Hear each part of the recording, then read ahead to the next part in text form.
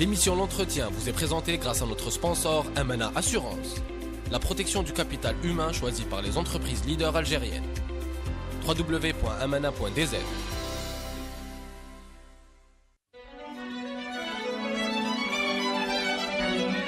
Pour bien s'entendre, il faut bien s'écouter. Rendez-vous sur M, la petite radio du Grand Maghreb. Amis auditeurs de Radio M, bonjour. Nous avons le plaisir de vous retrouver dans l'entretien autour d'un thème de saison, le tourisme. Nous sommes déjà bientôt la mi-juillet.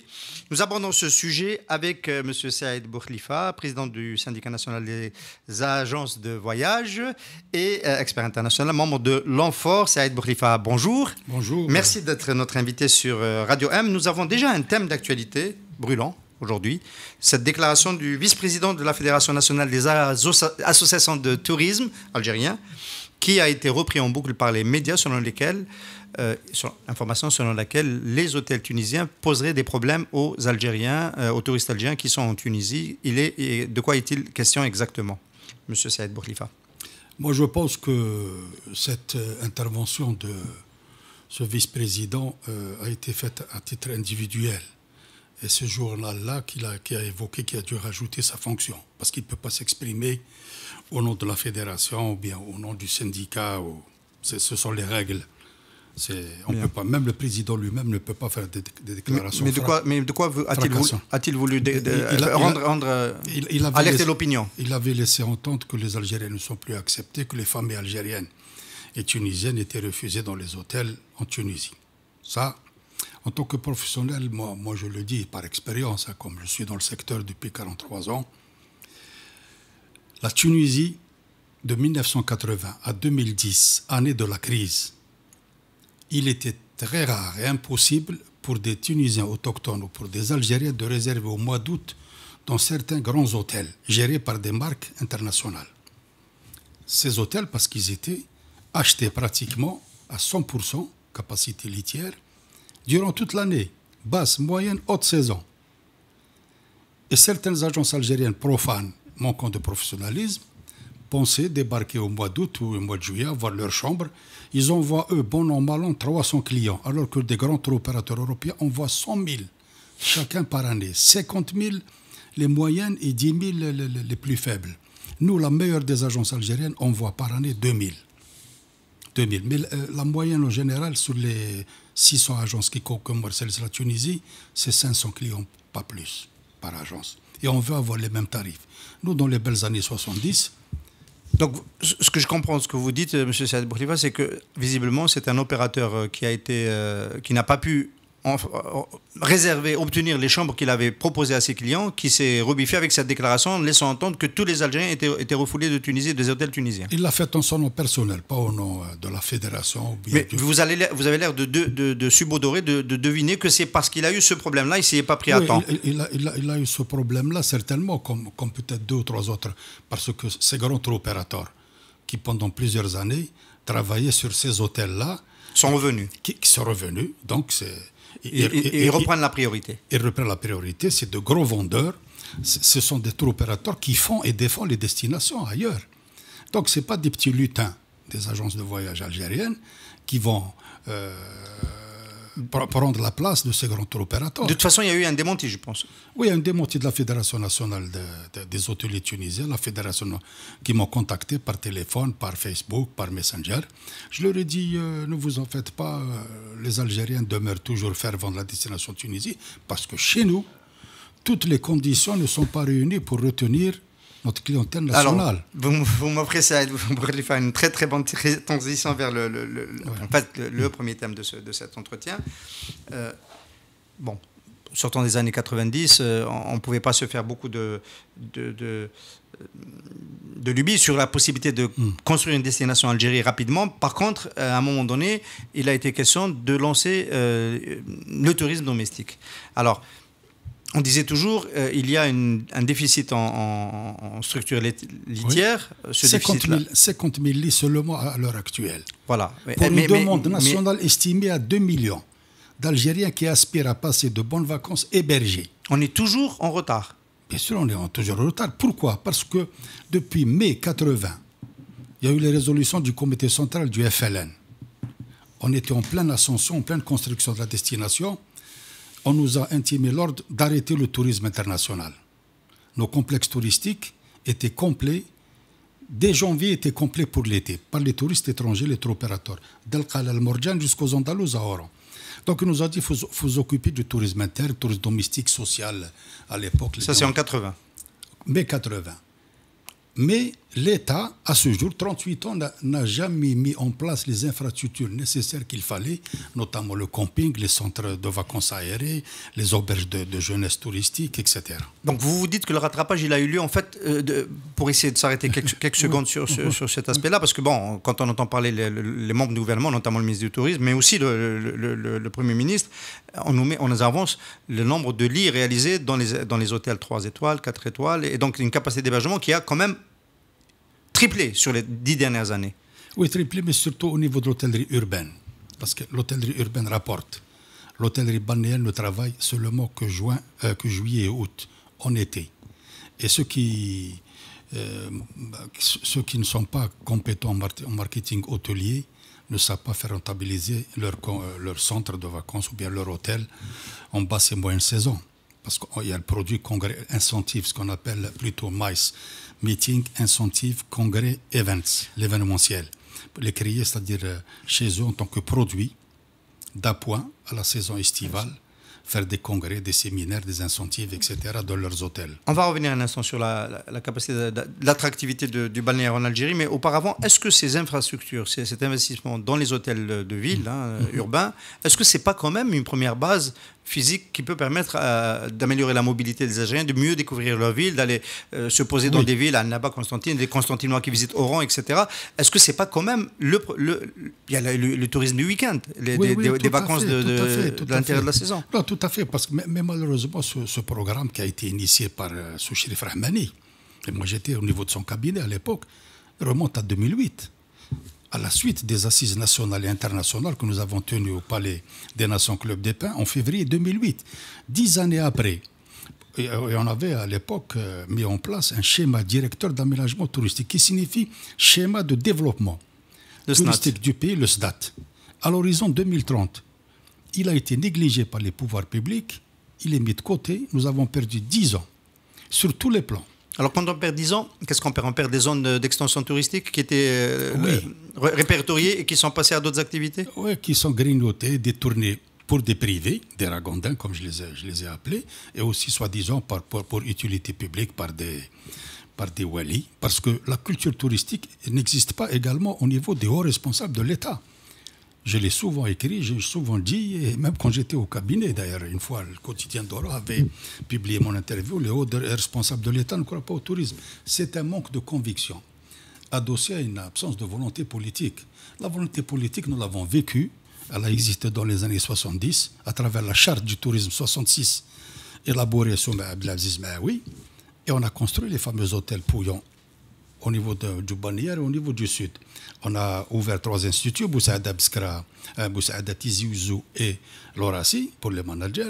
Et on a ouvert 5 représentations pour faire la promotion à l'étranger. Sous Abdelkader Khalif, le fameux président de Jumbo Jet de l'époque. Francfort, la première destination, le premier marché émetteur de touristes à l'époque. Londres, Stockholm, ce qui nous a valu Paris et Bruxelles. Ce qui nous a valu des charters suédois, des Suédois. Les années 70, les Suédois étaient à Djamila, Sidi Frère, Djamoriti, etc. Et les Suédoises qui sortaient, les Danois qui sortaient, allaient au Blue Note. Le dancing du Blue Note. Sur des douchements. Le samedi soir, allaient se défouler. Et bien sûr, il y a d'autres, le Koutoubia, il y a le Dardiaf, etc. Alors, selon vous, puisque vous avez évoqué cette séquence, pourquoi on a arrêté en 80 le tourisme international? Parce que c'est à la suite des recettes en devises, en hydrocarbures. C'était clair, ils ont dit maintenant nous avons le pétrole nous ramène des devises, on n'a pas besoin des devises du tourisme étranger, occupons-nous du tourisme interne. Mais on n'a rien fait, c'est une sémantique creuse et verbeuse, je le souligne et je le répète, ça fait 38 ans. Les Algériens ont quand même un peu profité de Mouriti, de Club des Pins, avant qu'il ne se ferme, et des autres sites de Pouillon. Parce qu'on a dit on développe, mais on a laissé tous nos complexes dépérir. Ils sont devenus vétustes, parce que les normes universelles, il faut chaque 8 ans, maximum 10 ans, il faut réhabiliter, moderniser votre établissement hôtelier. Sinon, ça s'écroule petit à petit. Et on a vu, l'hôtel Manar, c'est des frères de Sable d'Or Zeralda, les Andalous à Oran. En 1985, déjà, il était traité de taudis par les tours opérateurs étrangers. Donc, qui refusaient de ramener des touristes. Oui. L'hôtel Morjal Kala également, les Hamadites qui a coulé, Alors, etc. Donc, on a laissé donc dépérir ces établissements au lieu de les moderniser au profit de la clientèle nationale. La clientèle nationale, c'est pas... Est-ce que ce n'est pas le management public, finalement, qui a montré ses limites sur ces équipements? Bien sûr. Et encore, il y avait la fameuse GSE, gestion sociale des entreprises. Une fameuse anecdote, on avait ramené en 1987 un groupe de décideurs, de directeurs allemands, premier marché émetteur touriste au monde. On passe par Gardaïa, ces directeurs consommaient à leur charge des bières, c'est des grands buveurs les Allemands, au niveau du bar.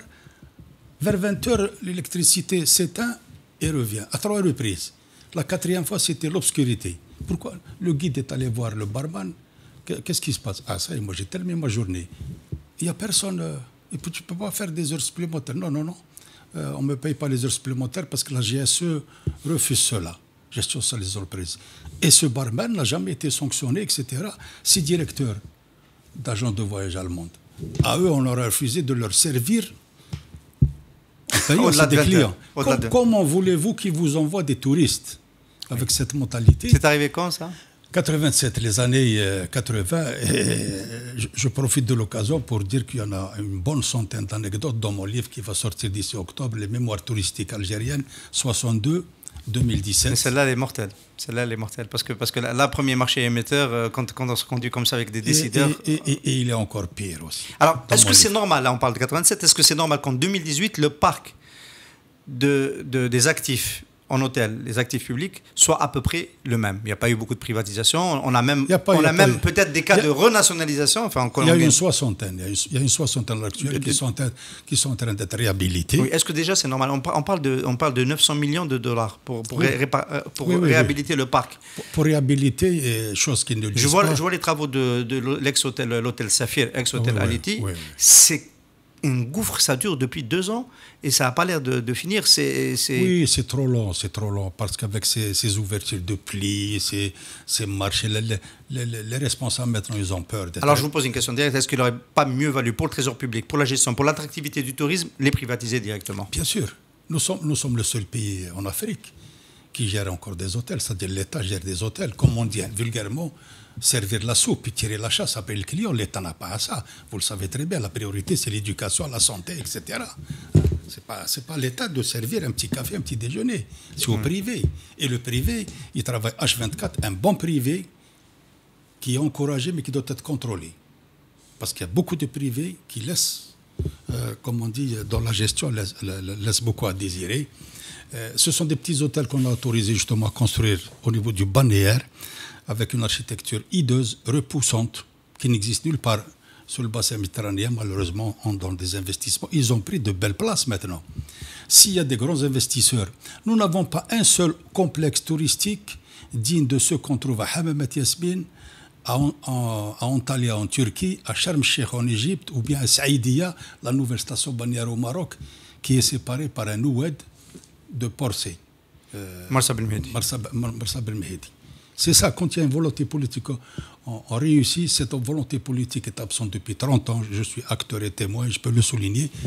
Quand elle existait, on a réussi. Quand elle a disparu, malheureusement, ce sont des velléités sporadiques, sans lendemain, ponctuelles. Même le nouveau ministre, le précédent, il parle, nous allons relancer le tourisme interne, etc. Ce n'est pas par la construction d'hôtels, n'importe où et n'importe comment, qu'on va développer ce tourisme interne sans formation adéquate. Je pense que nous allons venir à la problème de la formation. Si on devait faire un benchmark, quand même, en dépit de toutes ces réserves, ces faiblesses, etc., quand on voit la valeur du dinar et les coûts intérieurs en Algérie, on devrait être quand même sur ce plan économique, être attractif, parce que l'Algérie, ça ne coûte pas si cher que ça, et on devrait un peu sur le modèle cubain, être une destination qui fonctionne parce que c'est pas cher. Absolument. Mais comparé au Maroc et à la Tunisie, déjà. Oui. Et pourquoi ce n'est pas le cas? Vous le savez très très bien, un smicard en France, il fait 12 000 euros à peu près, non? Le SMIC, oui. 12 000 euros, c'est... 1200. Hein, par mois. Plutôt 1200. 1200 par mois, euros, ça lui fait 24 millions de centimes au noir. Et c'est l'informel, puisque les bureaux de change chez nous ferment à 4 heures. 4 heures moins quart, les caisses ferment. Et il n'y a pas de bureau de change extérieur, c'est-à-dire comme on le fait. Moi, en Tunisie, en 87, ça fait 97, je suis parti, ça fait plus de 20 ans. On est arrivé le soir, et nous sommes allés, nous avons fait notre rechange. On a introduit des billets de banque français, on a reçu des dinars tunisiens. On n'est pas resté bredouille. Le touriste étranger individuel qui débarque chez nous n'a pas offert son change à partir de 4 heures. Ouais. Le problème. Mais le problème aussi en amont, le problème des visas, peut-être qu'il sera évoqué, je ne sais pas. Alors, là, la question, c'était déjà au niveau économique, le fait qu'il y a autant d'Algériens qui partent en Tunisie. Oui. Est-ce que c'est dû à quoi déjà? On a le sentiment qu'il y a plusieurs facteurs qui poussent à ce flux. Il y a peut-être une attractivité par les prix, il y a peut-être une permissivité qu'on trouve dans les plages tunisiennes et en Tunisie qu'on ne retrouve pas en Algérie. Les familles algériennes sont plus à l'aise. Vous évoquez l'environnement. Aux activités touristiques, voilà. Justement. Mais au niveau des prix, on devrait être quand même plus bas en Algérie. Oui, plus bas, mais malheureusement, les prix, c'est la spéculation tarifaire. Parce que d'abord, le code du commerce, chez nous, autorise la liberté des prix, d'une part. Plus c'est la concurrence qui devrait... La pénurie de lits. Je vous ai dit tout à l'heure qu'il y a... On est toujours en situation de pénurie dans le balnéaire.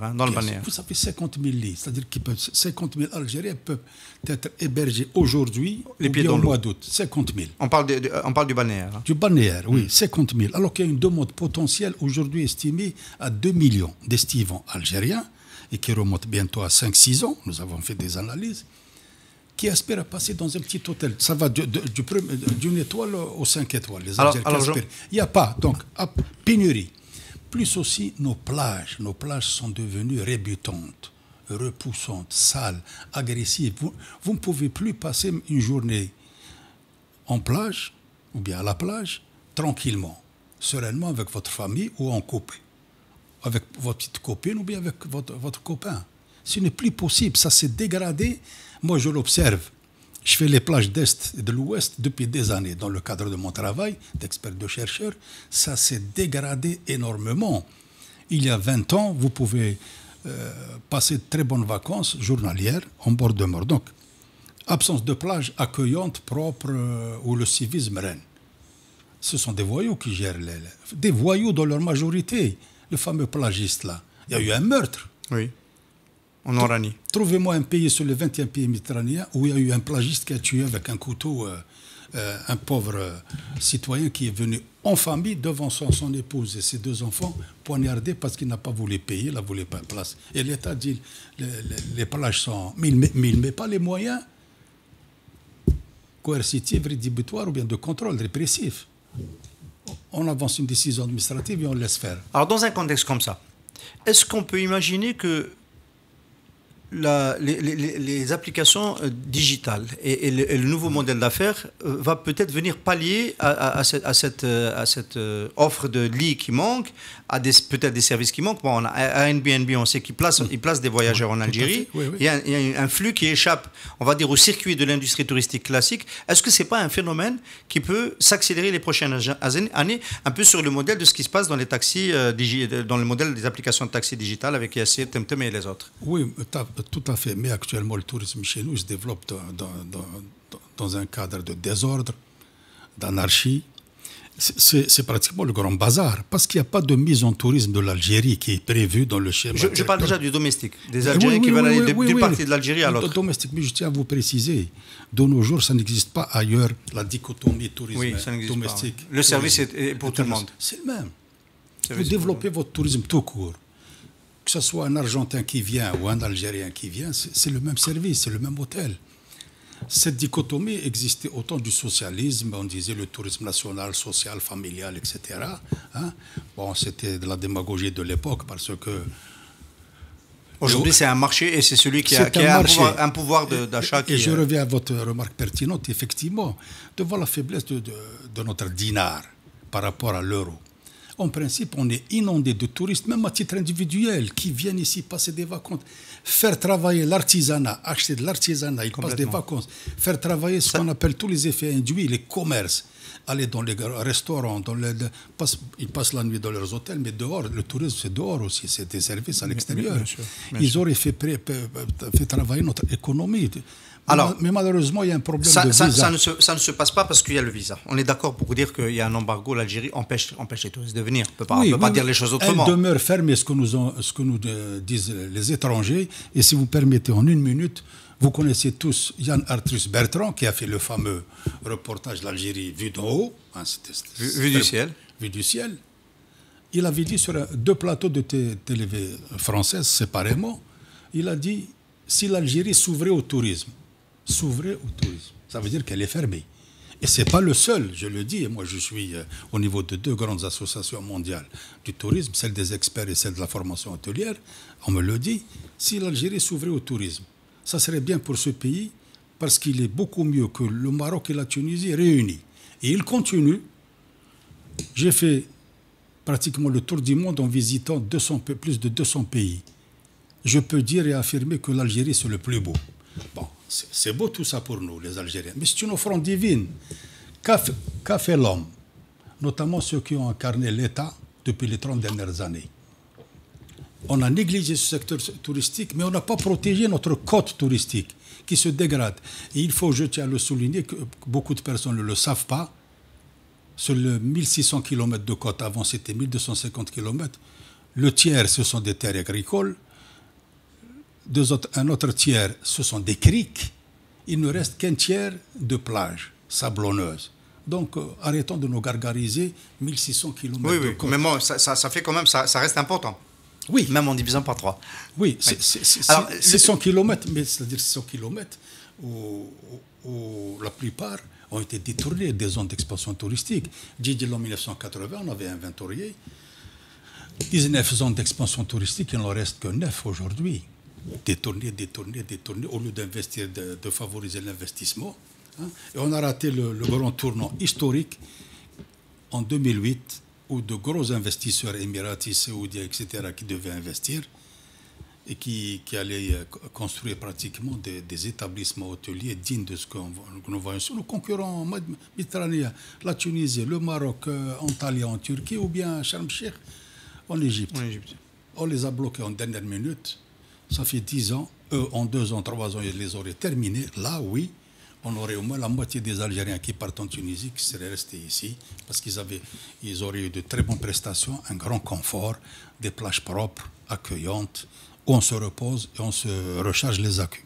Alors, ce modèle, finalement, est-ce que pour faire le rattrapage, est-ce que finalement on n'est pas condamné à laisser les grands opérateurs, vous venez d'en évoquer quelques-uns du Moyen-Orient, mais aussi des groupes mondiaux, ça implique des concessions dans la législation de l'investissement direct étranger. Quel est le blocage? On va supposer qu'il y a la volonté politique, on sait qu'elle n'existe pas, mais on va supposer que demain elle revienne. On va supposer que demain elle revienne. Par quel bout il faut reprendre tout cela? Par quel bout? Alors, on va ouvrir l'investissement à des grands acteurs qui sont capables de ramener des milliers de touristes dans des villages. Donc, ils investissent, ils prennent le risque de l'investissement. Comme partout ailleurs. C'est-à-dire, arrêtons de vivre en autarcie. Et balayons cet autisme qui existe chez nous. Pourquoi nous voulons rester toujours dans cette autarcie? Tous les pays, Cuba est en train de s'ouvrir. Ça fait un moment qu'elle s'ouvre. Voilà, oui, mais elle est en train de se développer. Elle n'a pas encore atteint sa vitesse de croisière, mais c'est déjà, la décision elle est prise de s'ouvrir au tourisme international, au capitalisme étranger, etc. Tous les pays communistes, des ex-communistes, ça, ils sont ouverts, ils ont construit maintenant une infrastructure hôtelière digne de ce nom, ils reçoivent beaucoup de touristes, et nous restons. Je ne sais pas si, à l'image de... Je ne connais pas bien la Corée du Nord, mais elle est tristement réputée d'être fermée sur elle-même, etc. Maintenant, vous avez dit, si cette volonté politique revenait, c'est-à-dire d'abord, il faut la mise en application du schéma directeur d'aménagement du tourisme. La charte du tourisme 66 qui a permis de développer pendant 10 ans, les années 70, les fameuses années 70, c'était quelques pages. Ce SDAT repose sur 5 fascicules, 5 livres de 50 pages chacun, 250 pages. Je vous le dis, on n'a jamais eu un document aussi important. C'est notre boussole.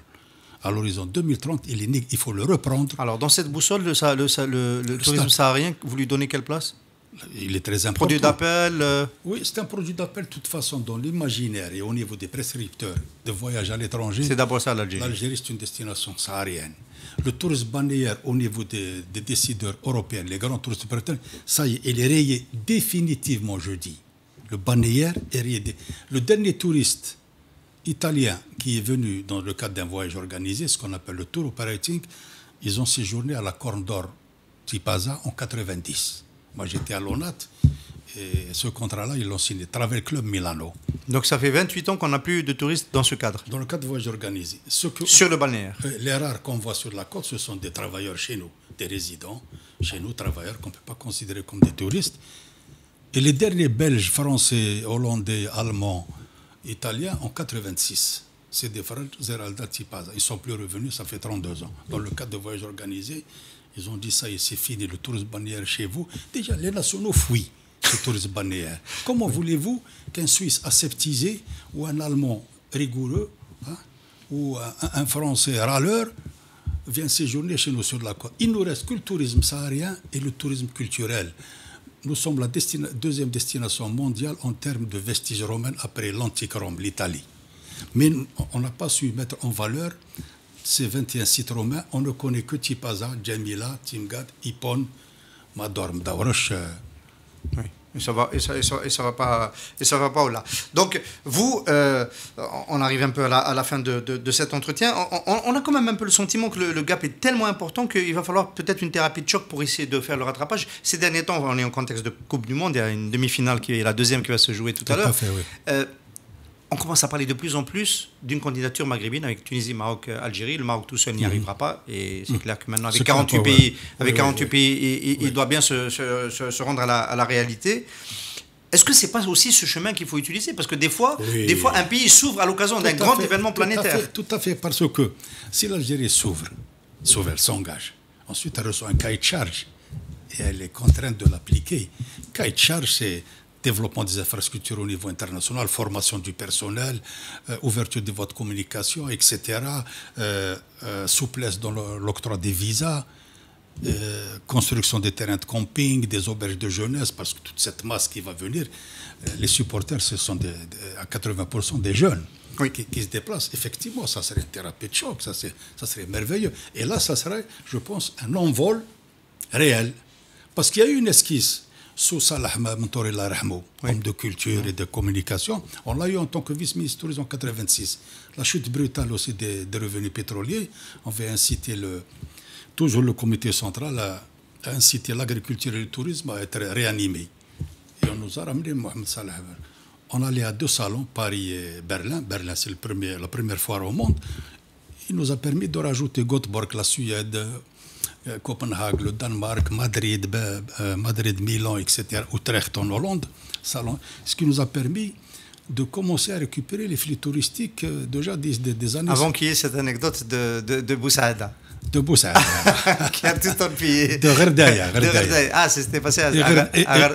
Et Gerdaya, ce que je raconte. L'Erostimide, magnifique. C'est un joyau. Joyau architectural qui a été construit dans un promontoire rocheux dans lequel se trouvait déjà une prison. C'est à partir de cette prison que Pouillon, son génie, il a construit ce joyau qui dépérit, qui a été fermé par Rachid Barif, secrétaire d'État, ancien secrétaire d'État du tourisme, en 92, parce qu'il était tombé dans un état de vétusté impossible, pour qu'il soit rénové. Il est resté 8 ans fermé sans rénovation. Ensuite, il a été rénové. En 2008, ils ont terminé la rénovation. Il est fermé jusqu'à l'heure actuelle. L'Erostimide est toujours fermé. 47 milliards de centimes ont été pour sa rénovation à l'époque. Il est fermé. Nous sommes en 2018, 10 ans après. Ce joyau n'est pas mis à la disposition. Allez faire du tourisme interne avec ça, comme on dit. Les Algériens partent au Sahara en hiver, au printemps. Bien sûr. Il est fermé pour des raisons qu'on ignore, parce que c'est pas un budget du ministère du Tourisme, c'était dans le Fonds spécial développement du Sud, etc. la wilaya de Gardaïa avait dégagé ce budget pour le rénover. On a presque envie, de souhaiter encore un contre-choc pétrolier sévère pour que, enfin, peut-être, les autorités donnent une véritable chance au tourisme en Algérie. Si j'ai encore 2 minutes. Oui, bien sûr. 2014, justement, à la suite de la chute. On a remis le tourisme au devant. Le président Bouteflika avait appelé Sellal, moi j'ai suivi ça comme tout le monde. Il avait donné instruction de réanimer le secteur de l'agriculture et du tourisme. Ça ressemble 2014. À 2006-2007. 2014, oui. Ça à 86-87. Oui, mais en 86, on a réagi réellement. Hein. 2014, qu'est-ce qu'on fait? 4 mois après ou 5 mois après, il y a eu un remaniement ministériel. On a dissous le ministère du Tourisme. Au lieu de le renforcer, il a, parmi les plus faibles budgets de fonctionnement, 2014, il bénéficie de 6 milliards de dinars de fonctionnement. 2015, ça chute à 4 milliards. 2016, il chute à 3 milliards de dinars et il demeure, à l'heure actuelle, à peu près au niveau de 3 milliards. L'ONT, qui est l'outil de promotion de la destination Algérie, avait également son budget réduit par 4, ce qui fait l'annuler plusieurs salons de tourisme à l'étranger. C'est-à-dire, on décide de relancer le tourisme international et interne, mais on se referme. L'ONT ne fait plus de la promotion internationale comme il se doit, faute de moyens. Il ne fait plus de promotion pour le tourisme interne, parce que les Algériens, il faut les inciter à se déplacer, bien sûr. Leur faire connaître certaines destinations. Et je vous rajouterai que les 48 directions de tourisme de Wilaya ne possèdent pas de portail de tourisme. Vous, en tant que client, vous voulez aller à Djidjel, vous tapez, vous n'avez rien. La direction de tourisme de Wilaya n'a pas de portail qui présente toutes les capacités d'accueil, comment y aller, le niveau tarifaire de 1 étoile à 5 étoiles qui existe, avec toutes les coordonnées de l'hôtel, pour que l'Algérien puisse préparer ses vacances à l'avance et se déplacer et séjourner. On peut ajouter, Saïd Boukhlifa, pour illustrer un petit peu la façon, le mépris que le gouvernement a pour le secteur du tourisme, cette sarabande de nomination de ministres qui est nommée et qui est enlevée plusieurs fois dans la même journée. Ah, tout à fait. Je pense que symboliquement, ça dit des choses. C'est une négligence. Je l'ai fait au cours d'une contribution l'année passée sur le Watan, où j'ai dit c'est pas sérieux. Et quand ils ont dégommé celui de 48 heures, ils ont mis 2 mois pour nommer un nouveau ministre du tourisme. Et c'est pas sérieux. Ça prouve le peu d'importance qu'ils accordent. À ce stade de, on va dire, de décrépitude, le meilleur ne peut être que devant nous.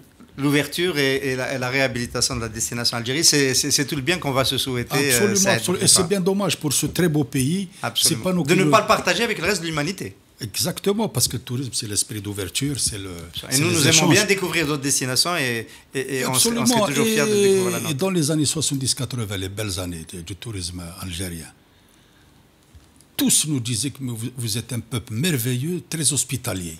Il y a seulement un petit problème, vous ne savez pas accueillir dans vos hôtels, c'est-à-dire par la suite. Oui, ça c'est l'État. Hospitalier dans la rue, oui, c'est l'État. Ça c'est l'État, c'est autre chose, c'est de la gestion. C'est l'État et c'est bien dommage parce que être considéré parmi les 10, moi je dirais parmi nous sommes les 10 plus beaux pays du monde, mais nous sommes malheureusement parmi les 10 derniers sur le plan mise en tourisme. Absolument, mise en tourisme. Merci beaucoup, merci Saïd. Je vous en prie, c'est moi qui vous remercie, ça a été un réel plaisir de venir au niveau de cette radio M percutante, tonitruante. Elle a été encore aujourd'hui grâce à vous. Ok, merci. Merci. L'émission L'Entretien vous est présentée grâce à notre sponsor Amana Assurance, la protection du capital humain choisie par les entreprises leaders algériennes.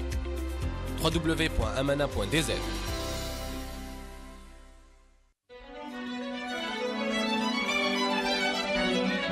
Pour bien s'entendre, il faut bien s'écouter. Rendez-vous sur M, la petite radio du Grand Maghreb.